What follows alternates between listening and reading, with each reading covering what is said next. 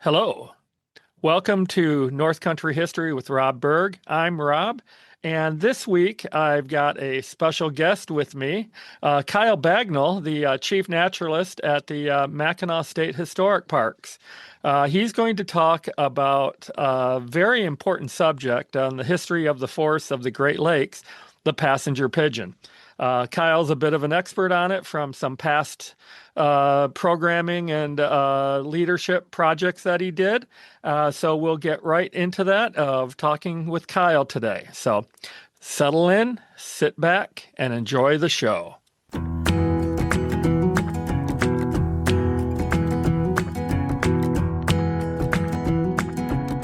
North Country History with Rob Berg, your podcast on the forest history of the Great Lakes region.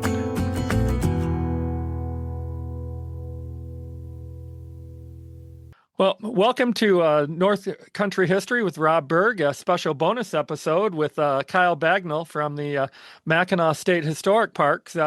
This episode was supposed to air back during our summer season, but with scheduling issues too much on my table, I wasn't able to get Kyle scheduled in time to do it as part of the season 2. So we're doing a special episode today with Kyle. So Kyle, welcome to the podcast. Thank you, Rob. Great to be here. So let me tell everybody a little bit about you. Kyle Bagnall, who I've known for many years, he is the chief naturalist. Am I saying that right? Chief naturalist, or is it just naturalist? Park naturalist. Yeah, Park naturalist. Park naturalist for the Mackinac State Historic Parks, which, if you aren't familiar with them, it's the Mackinac Island. That's the main jewel of the crown, you could say, up on the island there, with Fort Mackinac and the state park that covers most of the island there. Colonial Michilimackinac in Mackinac City, the old reconstructed of the French fur trading post that was later also a British post. And then also historic Mill Creek Discovery Park, just a few miles outside of Mackinac City, which has a site of a reconstructed sawmill there. Beautiful setting there. And I got a chance to visit in August, and Kyle was my guide there that day as well. So Kyle's been there since 2021, but previous to that, he's got a degree in public history from Western Michigan University from 1993. Go Broncos, this year's national champs in hockey. I went to EMU, so we're officially rivals, but yeah, that doesn't matter. I met Kyle really through Chippewa Nature Center, where he was at for 22 years as the historian there. And he and I were historians working in environmental settings. So we're both fellow environmental historians. And after his time at Chippewa Nature Center in Midland, he also was with the Whiting Forest, part of Dow Gardens in Midland for a few years, and then headed up to Mackinac, which Kyle was a Mackinac employee, seasonal employee, many, many years ago. And that's actually when we first met. I was a seasonal in 1998. You came a couple of years later, but I was only there the 1 year, but I came back and visited a few times. So I only met Kyle in passing at that time.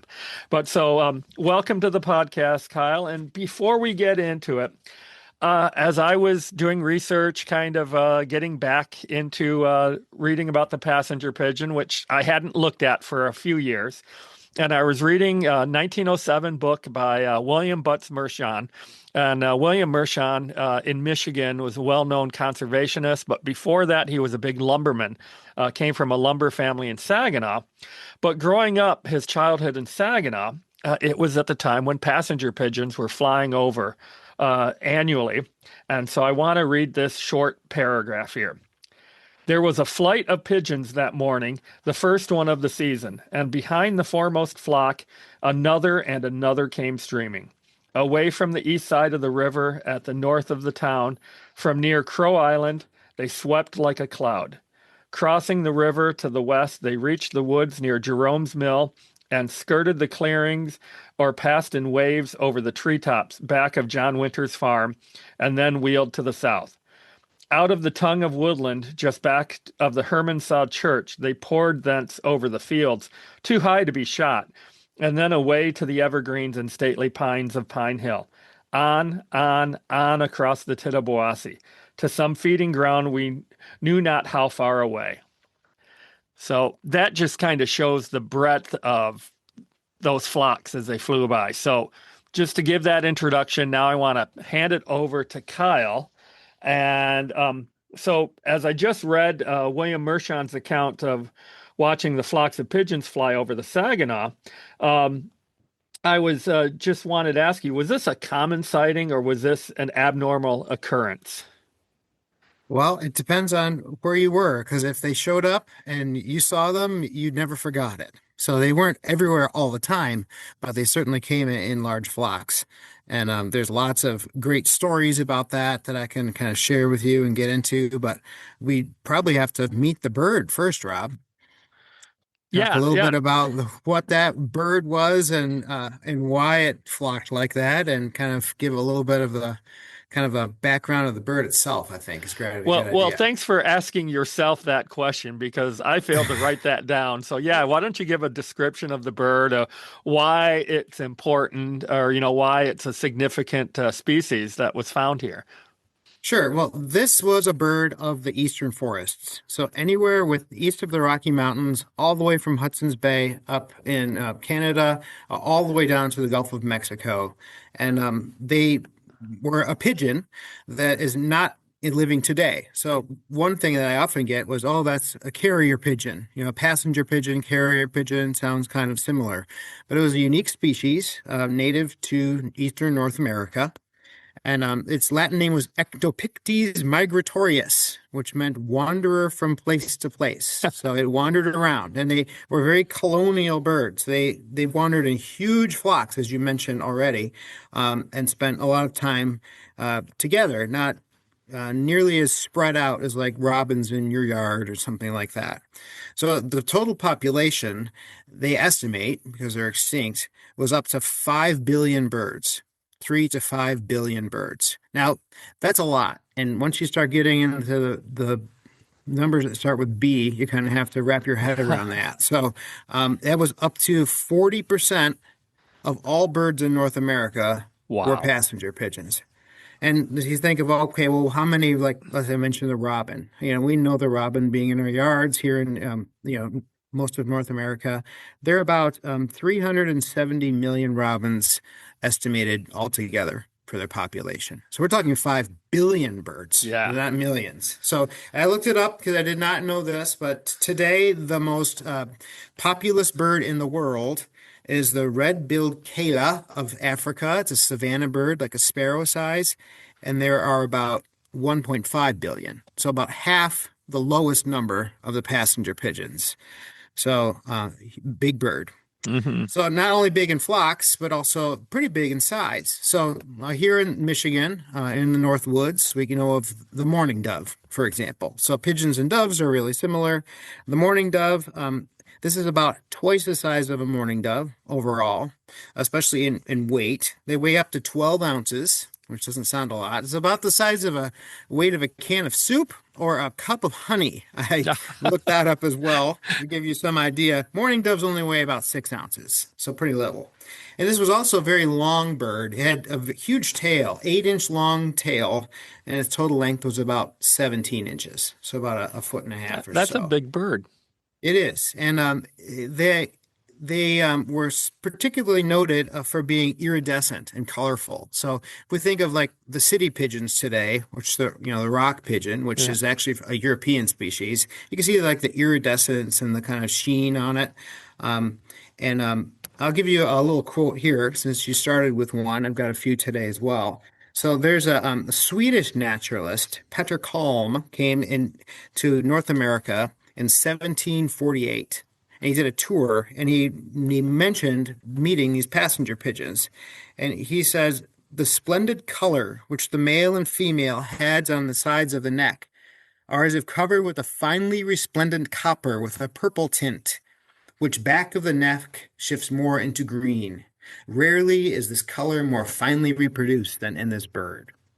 So if you see like a wood carving or an old taxidermy mount or something, it often looks a little more muted. So we have to imagine this kind of bright, kind of iridescent almost bird that we can't fully appreciate today because they're not here anymore. And also the males really especially had kind of a bright blue color on their back, and it was often said that when they were on the ground feeding in a big kind of a flock, that the ground would be described as being blue with birds because they were so blue. Yeah.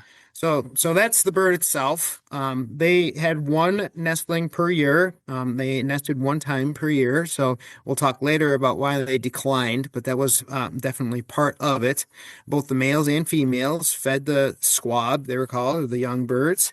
They would actually swallow their favorite foods were forest foods. So this is why we're talking about the forest. So acorns and beech nuts were two of their big favorites. And of course, if you had a field of corn or wheat or something, they would love to eat that too. Hmm. But as far as wild foods, so areas where those trees grew, and of course, Michigan was 95% forested or whatever, and we had lots of these hardwood forests. We would have these birds, and they would kind of migrate from place to place together. So you mentioned a migration of sweeping across. That migration is a little different than what we're used to because it was largely food dependent. So not like, right now all my hummingbirds are gone at home because they're headed south. Well, they're after food as well. But we see that north-south migration pretty regularly for a lot of birds. These might stay further north. Like they've been known to being all the way up to Hudson's Bay in December. Because there was food available that year. In other years, when there's not as much, they would leave and they would kind of travel around looking for this food. So they also nested colonially. This is the last thing I'm going to talk about the kind of describing the bird. And that's hugely important, especially for their story later when we talk about why they went extinct. So these colonial nests, there are many birds nesting together. In fact, some descriptions I saw, you'd have 50 or 100 nests in one tree, in one large tree. So we don't see a whole lot of that with a lot of our birds that we're used to, but that was very important with those birds, that they would nest in these huge colonies. In fact, the largest one ever recorded in Michigan was right near where I live. I drive by it almost every day, and it covered about 150,000 acres. It was 40 miles long by 10 miles in width, and it followed Crooked Lake and the Crooked River just north of Petoskey, not far from my house. In fact, I've got this hill of oak trees and maples and beech, and I like to think they were actually on my back hill back then, which they very well could have been because I'm really close to where that nesting was in 1878. So that's a little bit about the pigeon itself. So that is kind of a little description. Does that make sense? Do you have any questions about that, Oh, Rob? no, that's great. Thank you for making sure you got that in. I Oh have to yeah, be a you're little bit more welcome. careful with my questions or make sure I get them in. But no, that's a great segue because the large population of these birds, you're talking 5 billion, and they're great concentrations of numbers and their nesting areas. Did that affect the forest ecology around them? Obviously, they're eating the tree nuts, the mast, the acorns, beech nuts. But how else would that have affected the forests? Well, it definitely affected the forest in many different ways when you get a flock this huge. And one thing I should mention as well is like if they were nesting in a place and like eating all the acorns there, they could also fly up to 60 miles an hour. So that's really fast. So they could travel a long distance just in a day to get, food for their young. So um, let me first let me just kind of set the stage a little bit. So let's say we're in an area like Mershawn was, along a river or wherever, and we can see these birds and fly up and then they're going to affect the forest. So I thought I'd give a nice Michigan example, another Michigan example. This is a Native American example. And there's a couple really great Native American authors that wrote about their experience with passenger pigeons. One was Simon Pokagon or Pokagon, and he was a Potawatomi from southwestern Michigan. And he wrote an essay called The Wild Pigeon of North America in 1895. So first he says that it was proverbial with our fathers that if the Great Spirit in his wisdom could have created a more elegant bird in plumage, form, and movement, he never did. So he was really, impressed by the bird. He said, when a young man, I've stood for hours admiring the movement of these birds. I've seen them fly in unbroken lines from the horizon, one line succeeding another from morning until night, moving their unbroken columns like an army of trained soldiers pushing to the front, while detached bodies of these birds appeared in different parts of the heavens, pressing forward in haste like raw recruits preparing for battle. At other times, I've seen them move in one unbroken column for hours across the sky, like some great river, every varying in hue, and as the mighty stream, sweeping on at 60 miles an hour, reached some deep valley, it would pour its living mass headlong down hundreds of feet, sounding as though a whirlwind was abroad in the land. People often said it sounded like a tornado was approaching when a flock is on their way. It says, I have stood by the grandest waterfall of America and regarded the descending torrents in wonder and astonishment. Yet never has my astonishment, wonder, and admiration been so stirred as when I have witnessed these birds drop from their course like meteors from the heavens. So that's just too good not to mention, Yeah. because that's just a No. great description. And that's a great Michigan description. Like I mentioned, many people thought there was a big thunderstorm approaching or tornado. It would get dark, literally darken the sky during the day. So if that many birds shows up, what happens? Let's say they land in these trees and they're going to eat or nest, and you've got, each bird's up to 12 ounces, but you have hundreds, thousands, maybe even millions of birds in a huge nesting. What do? So one of these examples I really like is Professor John Frost. I love, like you, being a historian, an environmental historian, you look for some historical examples of things. And of course, with this bird, they're all historical because they're extinct. But this bird, or this essay here, he wrote in 1848. So it's called The Game Birds of North America. And he said, none of the names bestowed on this species are sufficiently or at all descriptive of it. Passenger, the English expression, and migratoria, the Latin name, fall equally short, inasmuch as every known pigeon is to a greater or lesser extent migratory, as well as this one. The swarm pigeon, the flood pigeon, or even the deluge pigeon would be a more appropriate appellation, for the weight of their numbers break down the forest with scarcely less havoc than if the stream of the Mississippi were poured upon it. So you're thinking, oh, these birds breaking down the forest. Is he like exaggerating or what? But no, he was not exaggerating at all. These birds, when they settle, it was said to be dangerous to walk through a passenger pigeon nesting because of the large limbs of trees that would fall out, and you're walking through several inches of dung often as well. So you've got these huge names in birding, right? You've got Alexander Wilson, who is from Scotland, but he wrote some great early work about all the birds that he could find and paint in North America. And then John James Audubon, whom the Audubon Society is named after. Mm-hmm. So those are kind of the two giants of the early ornithology in America. And Wilson wrote about seeing these pigeons many times. So he had a really great description of what they did to the forest. He said, they sometimes occupy a large extent of the forest. When they have frequented one of these places for some time, the appearance exhibits is surprising. The ground is covered to the depth of several inches with their dung, all the tender grass and underwood destroyed, the surface strewed with large limbs of trees broken down by the weight of the birds clustering above one another, and the trees themselves, for thousands of acres, killed as completely as if girdled with an axe. The marks of this desolation remained for many years on the spot, and numerous places could be pointed out where for several years after, scarcely a single vegetable made its appearance. Wow. So yeah, so then when they descended, you had to, be ready, especially if you were, you had agriculture or something. But you think of what that did to the forest. So it's kind of, in my mind, like a forest fire or a flood or something where it comes in and it damages an ecosystem, but it regenerates it at the same time. So, several inches of dung, you've got, basically fertilizer that they're leaving behind. Hmm. They're opening up the forest canopy for other smaller trees to grow, or like a beaver meadow, when you have a beaver pond that, eventually dries up and forest eventually regrows in that spot.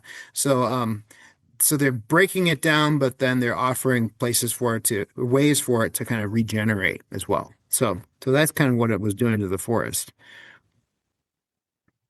No, no, sorry. Yeah, you got me mesmerized there. So I, No, that's no, fine. that's amazing. And yeah, I remember reading about the dung and how thick that could be. And yeah, that's just, yeah, And the smell, yeah. and yeah, the smell and just also with the trees, the limbs breaking. You don't imagine that pigeons would cause that damage, but like you said, hundreds, thousands, and even millions of them. Definitely. That definitely changes our forest. And so you have all of these pigeons coming in, and of course, early on, the only interaction they would have had with humans were with the indigenous people. But then, you've got settlement coming into the area, first with the fur trade, and then permanent settlement here in the Great Lakes region. So did they? How did the people coming in look at the pigeons? Were they a nuisance? Were they a commodity, a cash crop, food source, or all of the above? So, Yeah, all of the above for sure. First of all, they ate them because they were there. yeah. So you can see, of course, Native Americans, the Anishinaabe of the Great Lakes, used them as a resource when they were here, but they were hunting them in a way that they really weren't impacting the population because they're using bows and arrows or, simple, nets made of, natural fibers or something like that. It's when Europeans start coming and, especially with firearms and larger nets, which sometimes eventually got up to 50 feet long and 16 feet wide, a few giant nets, you start making a bigger impact. So, again, going back in time, you kind of see some of these early accounts from the Northwoods. Some of them are actually from the Jesuits. So the Jesuit priests coming in the 1600s, there was a mission at Mackinac as early as 1620.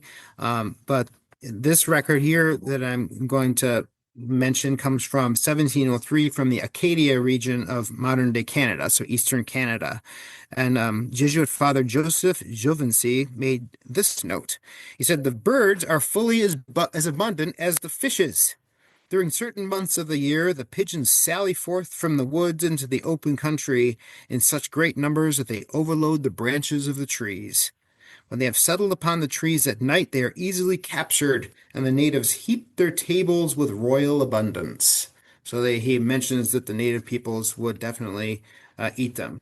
But I also mentioned earlier, just briefly, that if you had an early settlement, for example, and you're planting some crops and you're barely scraping by, and then the pigeons showed up, then you could be in trouble. So, kind of returning to out east, you have John Winthrop, the governor of the Massachusetts Bay Colony. He wrote about this in two different occasions. Well, the first was in 1643, and the pigeons came at the wrong time. He said the immediate causes of the scarcity of corn they had were the cold and wet summer, especially in the time of the first harvest, and also the pigeons came in such flocks, above 10,000 in one flock. They beat down and eat up a very great quantity of all sorts of English grain.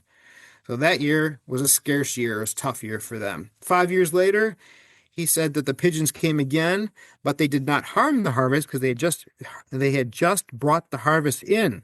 And then the pigeons showed up, and he said it proved a great blessing. said it being incredible what multitudes of them were killed daily. It was ordinary for one man to kill 8 or 10 dozen in half a day, yea, 5 or 6 dozen at one shot, and in some 7 or 8. Thus the Lord showed us that he could make the same creature, which had formerly been a great chastisement, now to become a great blessing. So this is going, I mean, you just look at the firearms for the 1640s, for goodness sakes. Yeah. You've got such a primitive, systems that they're using, matchlocks or whatever back then. So you're still getting large numbers of birds at any one time. Yeah. Now, They had to be you. Oh, go go ahead. ahead. Sorry. No, go Oh, ahead. I was just going to say they had to be using those old blunderbusses that basically Yeah, funneled out shot of whatever they yeah, could load in there, and yeah, that for would have taken sure. out quite a few probably. So So I did want to mention a Michigan example of this, and even, way later than what I just mentioned, because we're North Country history, right? So we're focused on Michigan and the Great Lakes. So in this case, the pigeons saved Petoskey in 1877. So we'll talk a little bit more about the grand nesting that happened, which I briefly mentioned already in 1878. But you've got settlement occurring in northern Michigan, all through you mentioned some of the forts and whatnot. Land sales are going $1.25 an acre. And land sales took off in Emmett County here, near Petoskey, where I kind of, and just north of there, in 1875. So a huge land rush. All these people are buying land, moving here, and maybe not fully appreciating the hardships of pioneer life. So you got, bad crop, and suddenly people are hungry and they're asking for help. So I found some newspaper articles in December of 1876. This is our centennial year in 1876. And all around Lower Michigan, they said there's a great destitution in Emmett, Charlevoix, and Sheboygan counties. The citizens of Petoskey have united in a call for help for their starving neighbors, making a strong appeal to churches, committees, and individuals. So they said that supplies would be carried for free up to Petoskey from the Grand Rapids and Indiana Railroad, and they were asking for folks down south there in the southern part of the state to help out. So the next spring, though, 1877, the pigeons showed up, and they basically saved a lot of the starving settlers. So this is the spring of 1877, and I really loved finding this little booklet that was published, a centennial history of Petoskey. It was published in 1952 by the local school, Petoskey Schools. And all these elementary school students and some older wrote these stories and drew pictures of passenger pigeons. When pigeons saved the day in Petoskey, they were remembering stories that their families had passed down about when the pigeons saved the day in Michigan. So here's one that Shirley Turk, grade 10, wrote in 1952. When the Pigeons Saved the Day. It was a very dreary morning as John and Sarah set out to try to find a few wild berries for their breakfast. It had been a long time since they even had a crust of bread.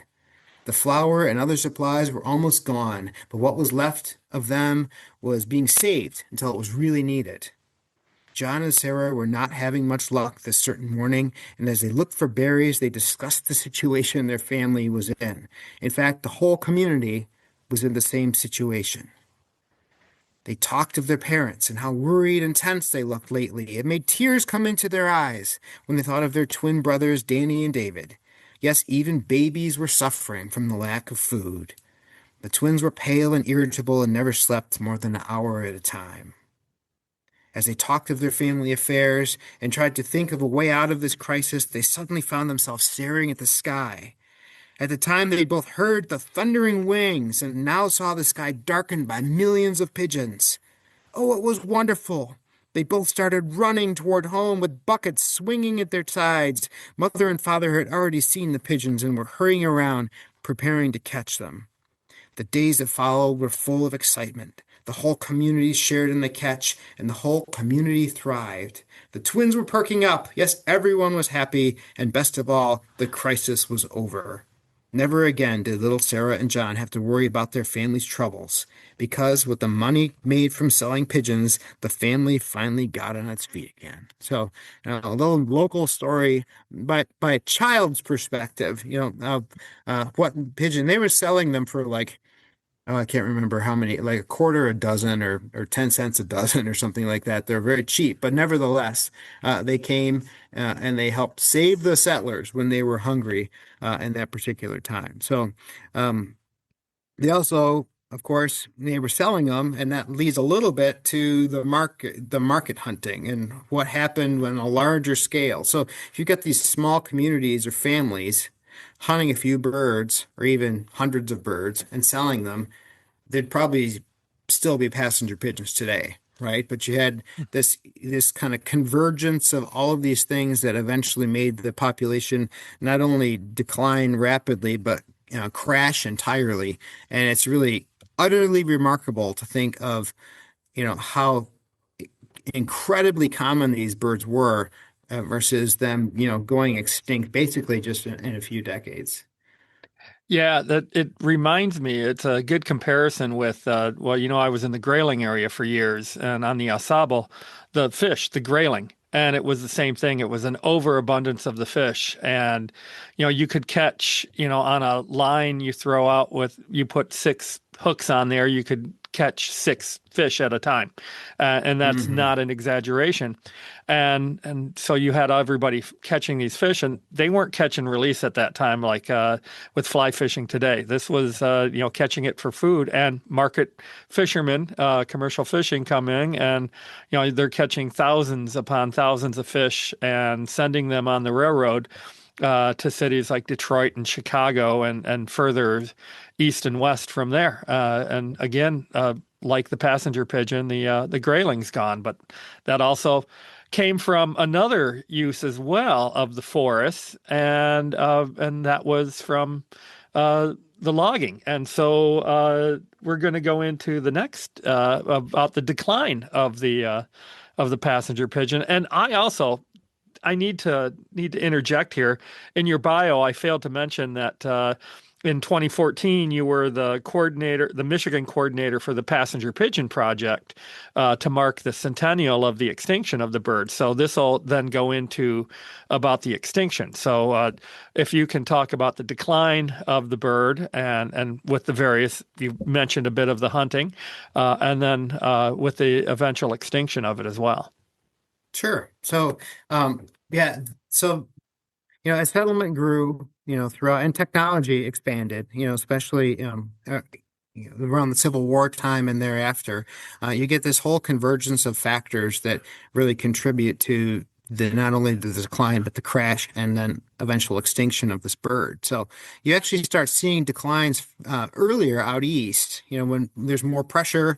I mean, lumbering moved to Michigan for a reason, right? Because they were logging out the forests of Maine and other parts of the east, and so those forests were being depleted, and Michigan was still, booming with forests in the 1860s and 70s when our big lumber industry was really getting ramped up on a huge scale. So cutting the trees was part of it because you've got these birds depending on its food source, and if they don't have the food to eat, then it's going to be more difficult for them. So that was one of the things. Another contributing factor, there were two technological factors in particular that led to the extinction of the passenger pigeon. Can you guess what those two factors might be, Rob, that expanded in Michigan in the middle part of the century? Well, there would be the railroad coming north. That's definitely one of them. Yeah. Yes. And then also, well, with the need for the lumber industry and the quicker logging that took place, so the depletion of forests. And then there's another Yeah. communication factor. Uh, the telegraph. Yeah, the Yeah. telegraph. So Yeah. let's say the pigeons all come to Petoskey or whichever place they chose, and they decide that they're going to nest there.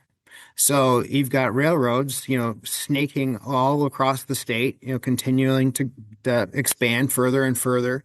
They reached Mackinac City in 1881, for example, coming from the east, from Sheboygan. They'd actually reached Petoskey earlier than that in the 1870s, coming up from Grand Rapids and whatnot.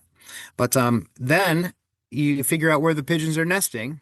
So then you get on the telegraph and you call all of your pigeoners, your professionals who are going to these places to hunt, and suddenly they can converge from all over Eastern North America right to where the hugest nestings are taking place. So you've got pressure with the logging to begin with, but then you've got access to nesting grounds because of the railroads. And of course, you've got steamships also. And then you've got easy communication, very quick communication to get numbers out to a large number of people to come and hunt them. So I was interested to see how early are, first of all, people recognizing that the decline's happening. And the first state to enact a law to try to protect the passenger pigeons was in 1867. So right after the Civil War, but the following year was the last year that the pigeons nested in any great number in that state. Michigan's first law to protect the pigeons were in 1869, which was surprising to me that it was really that early, because there was still lots of them to be had, especially up here in the north. But well, I'll read the law so you could kind of see what they were going at here, and then what the fine would be. So it says, no person or persons shall use any gun or guns or firearms to maim, kill, or destroy any wild pigeon or pigeons at or within 1/2 mile of the place or places where they are gathered in bodies for the purpose of brooding their young, known as the pigeon nestings. And no person shall use any gun, guns, or firearms to maim, kill, or destroy any wild pigeon or pigeons within their roosting anywhere within the limits of the state. So you can't do it within a 1/2 mile of the place where they're roosting or at the roosts. And every person so offending shall be subject to a penalty of $50 with cost of suit. So they're trying to limit hunting at the nesting site itself. The $50 fee seems steep for the 1860s, but if you're selling thousands and thousands of pigeons, it's very easy to cover the fee. And of course, were there conservation officers? No, Nope. there were not. So there's no one enforcing the laws to begin with. So, and the pigeons were still in these huge flocks, so they seemed inexhaustible. So really, no one ever, for most of this time, ever tried to punish anyone. So, there at the 1860s and 70s in particular, there's these huge nestings. And in central Wisconsin, the largest nesting ever recorded covered 850 square miles. So just Wow. over 136 million birds were estimated in that nesting.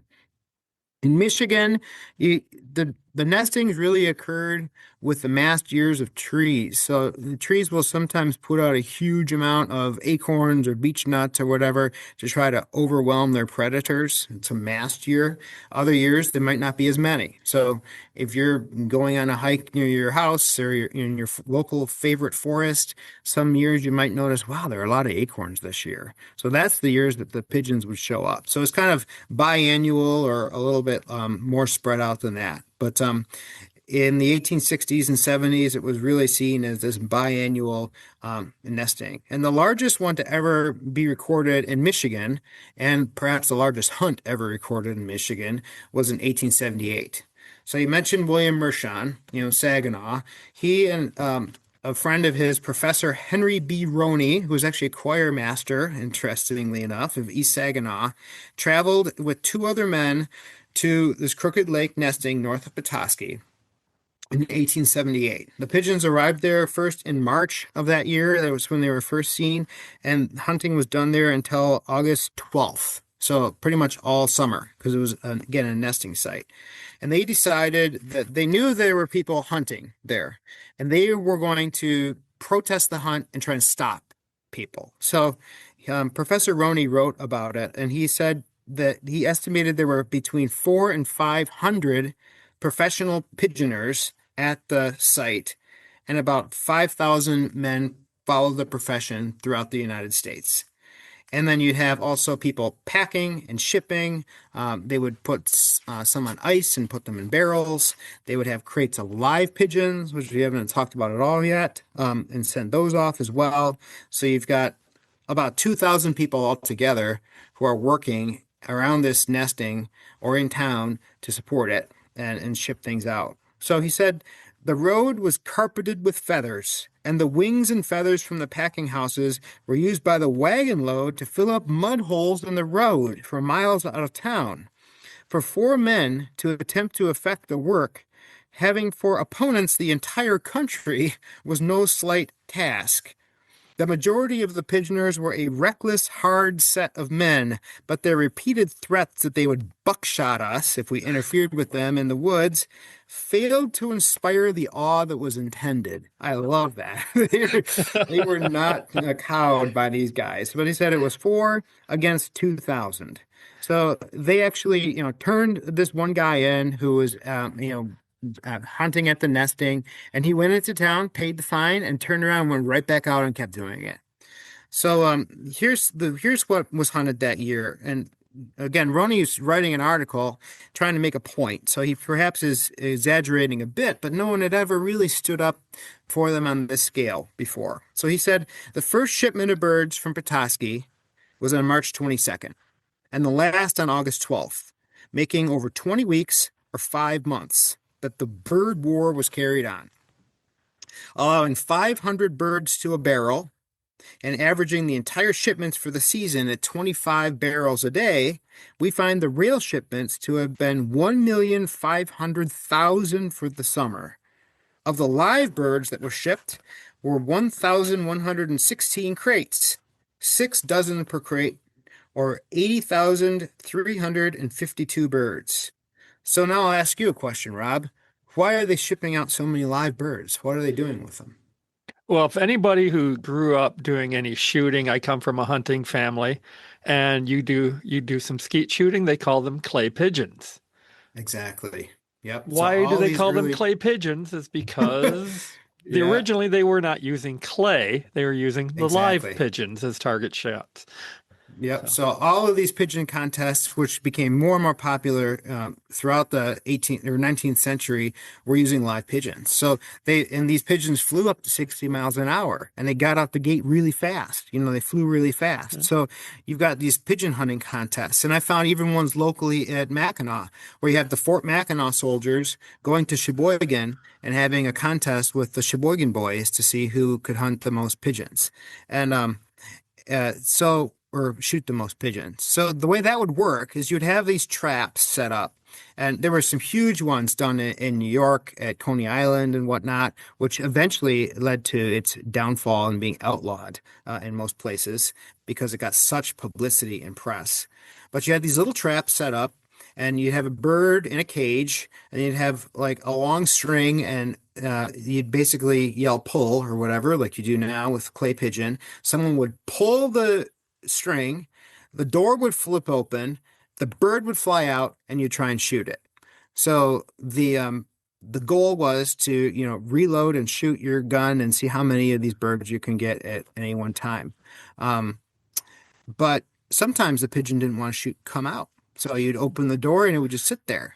So they had these ridiculous inventions, patented inventions called agitators, where you had this like fake cat that would be on its haunches, and the bird didn't fly out, so you'd pull the string and it would jump up and try and scare the bird out of the cage. So just all kinds of crazy stuff. Kids like throwing snowballs at them, and all kinds of things trying to scare these pigeons out of the crates.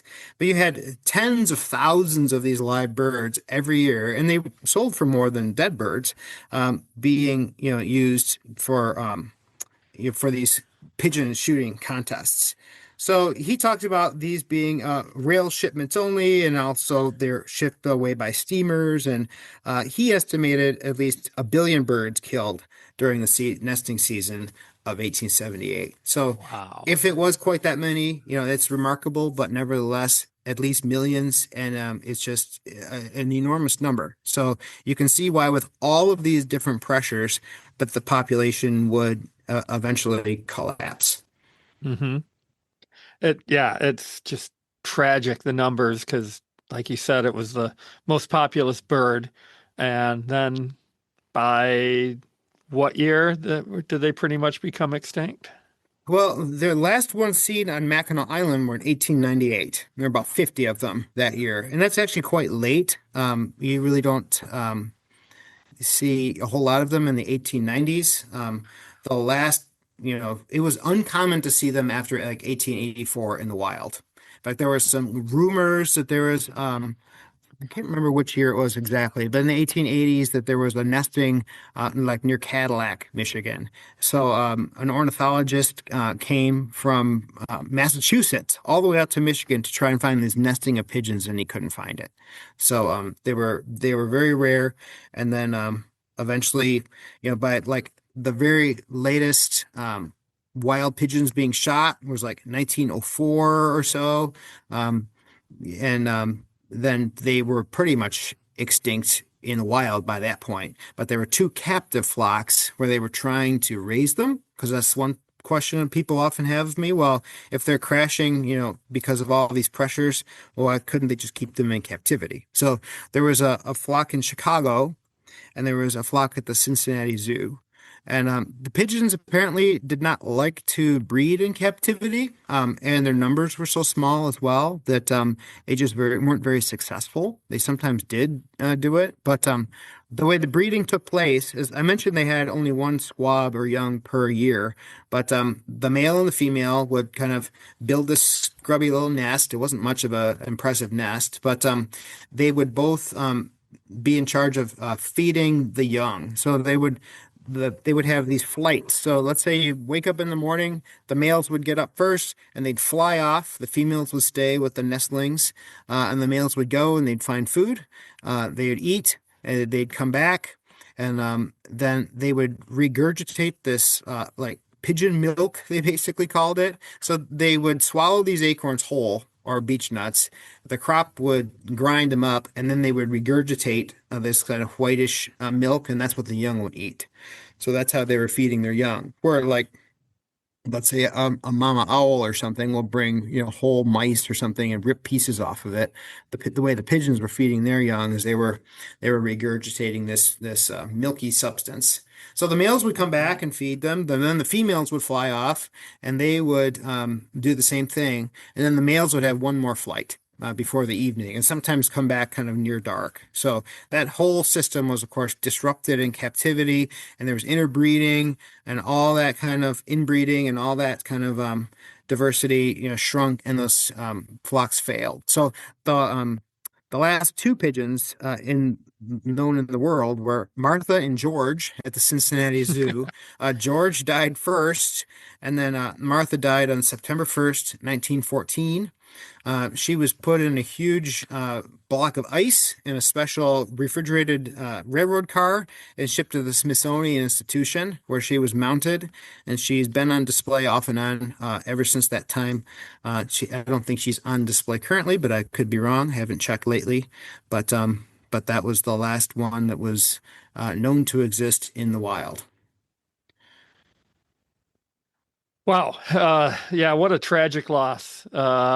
Just imagining, you know, if we could, step back in time and witness a flight of the pigeons, like Mershon, and I've also read the accounts of Audubon and a lot of these other ones that you mentioned, of just how that would have been. And that's what we look at with environmental history. How did we impact the natural resources, the environment? And it's not something that we take for that we look at all that much anymore. And so it's something we have to look back at, and especially as many of the listeners who and listen to this podcast are users of the outdoors, and And yeah, when you're next time you're out there, and particularly in a place like where you live, where it's an area that was known to be one of these huge nesting areas, I imagine down here in southeast Michigan and western Washtenaw County, we've got a lot of good wooded areas here, and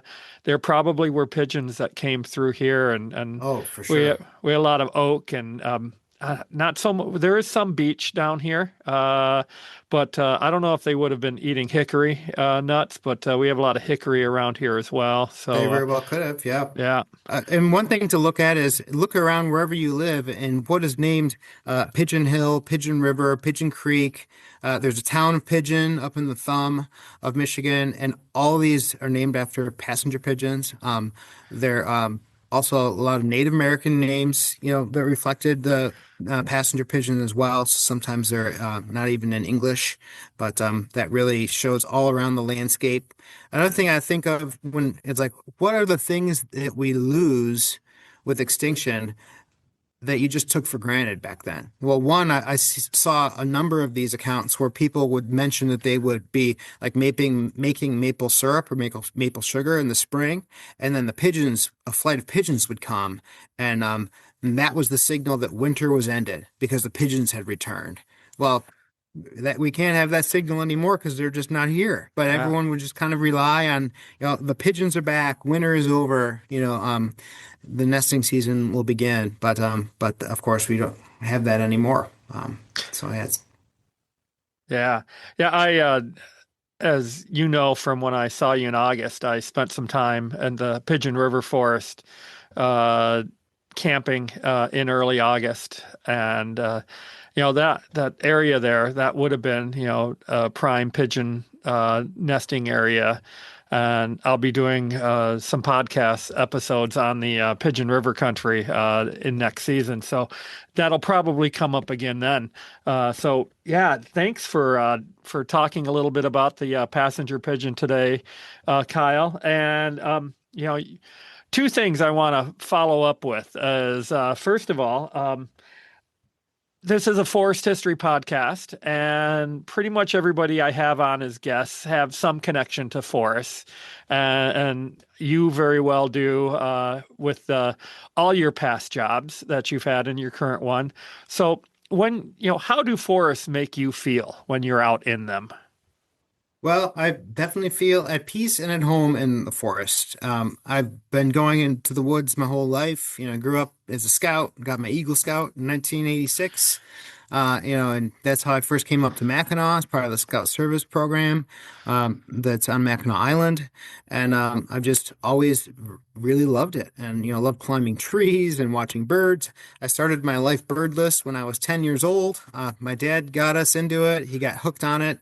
We'd go over to Canada to Point Pelee National Park and see the spring migration.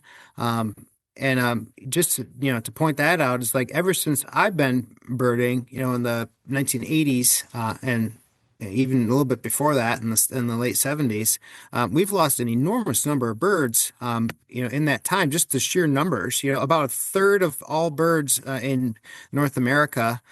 We have many fewer birds today than we did. In the middle of the 20th century. It was just a huge number. We're really in a kind of a crisis. And you see, today when I'm out and enjoying nature and I, hear the warblers and watch the sandhill cranes fly over.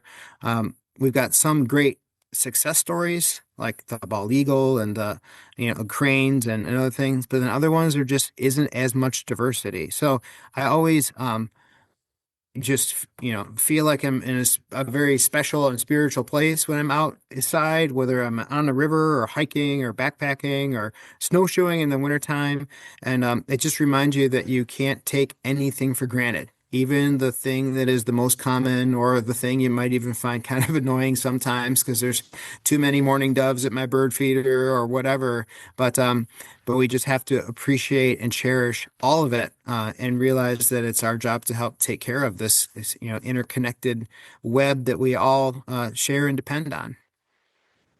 Thanks. And yeah, I certainly, with the people I've asked this question to, really see that a very commonality of what the feeling in the forest. And yeah, spirituality really comes into play a lot, and just not taking for granted what's around us. So finally, you're the naturalist, the park naturalist at Mackinac State Historic Parks.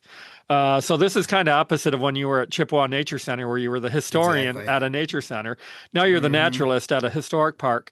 Um, so can you just kind of end the show by telling us a little bit about what's going on there? I know it's kind of the end of the summer season's over with. A lot of the sites are closed, but so what's going on with the parks? Sure. What do you have coming up in the future when the season starts next year? Because we're going to air this here in the first week of October, so it'll you know, be a while until the next spring, but so people can start planning. So Sure. Well, fall is still a beautiful time to come to Mackinac, and especially the two big sites, the forts, Fort Michilimackinac and Fort Mackinac on the island are open into October. So definitely still keep it in mind. And there's fewer crowds, and or even just being out in nature. We're wrapping up our 150th anniversary of Mackinac National Park. We were a national park from 1875 to 95, and then in 1895, we became Michigan's first state park on Mackinac Island. And that park is here for everyone to enjoy all year round. So even if you want to come over in the wintertime, I've seen snowshoe hare and their white coats and all kinds of great winter birds and whatnot. And the ferries run as long as they can if there's no ice or you can fly over, even in the wintertime. But we also do a lot of writing and preparing for the next season.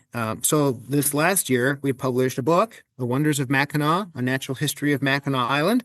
That was in 2024. So that was one of my winter projects. Another book, Arch Rock, Unsurpassed in Nature's Handiwork.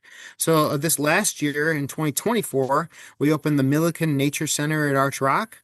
So that's a new nature center that's open for people to enjoy when they visit one of our big natural wonders out there. And this next spring, we will be opening completely renovated exhibits at Historic Mill Creek.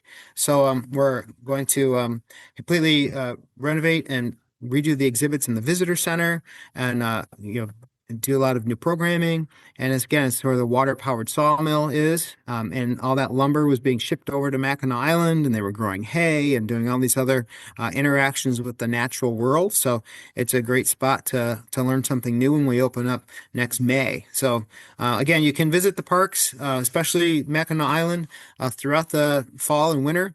And then when we open next May, all the sites will open back up. Definitely, our sites are great for nature and history, and they have something for everybody. So come out and explore. MackinacParks.com is our website, and of course, we're also on Facebook. So those are both really good places to see everything that's going on. is US 23 done now? Going down by No, it's not. no. There's still a little chunk there. Yeah, still there, Yeah. but the road will be really nice and smooth by the time things open in the spring. So Yeah. that's going to be wrapping up soon here. Michigan's ongoing road construction that never Yes. ends. So, Hmm. well, thanks again, Kyle, for joining us today. And I'm definitely going to be talking to you in the future about more things going on. I made it to Mill Creek this year. I tried to make it to Michilimackinac on my way back from my trip through the UP and Minnesota and Wisconsin.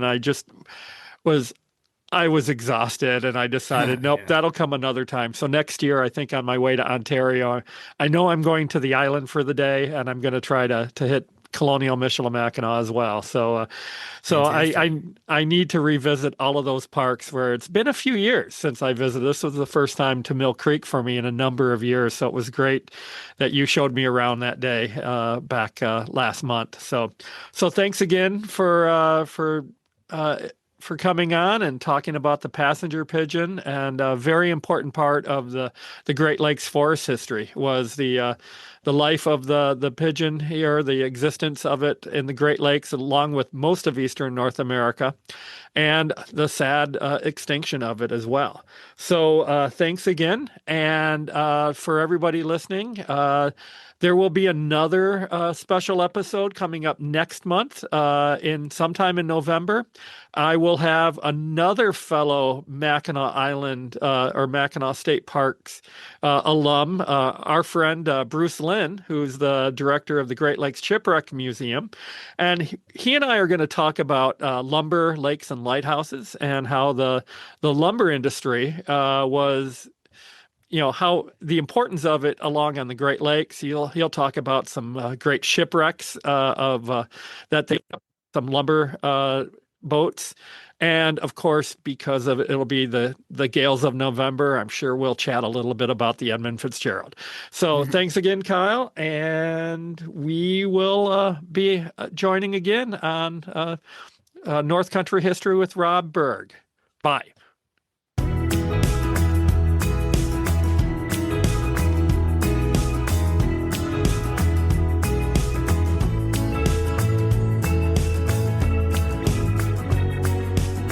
North Country History with Rob Berg is hosted, written, and produced by Rob Berg. Music is Crack o' Dawn, performed by Reveille, licensed through Soundstripe. Follow North Country History with Rob Berg on YouTube and on Facebook at Rob Berg, Environmental Historian.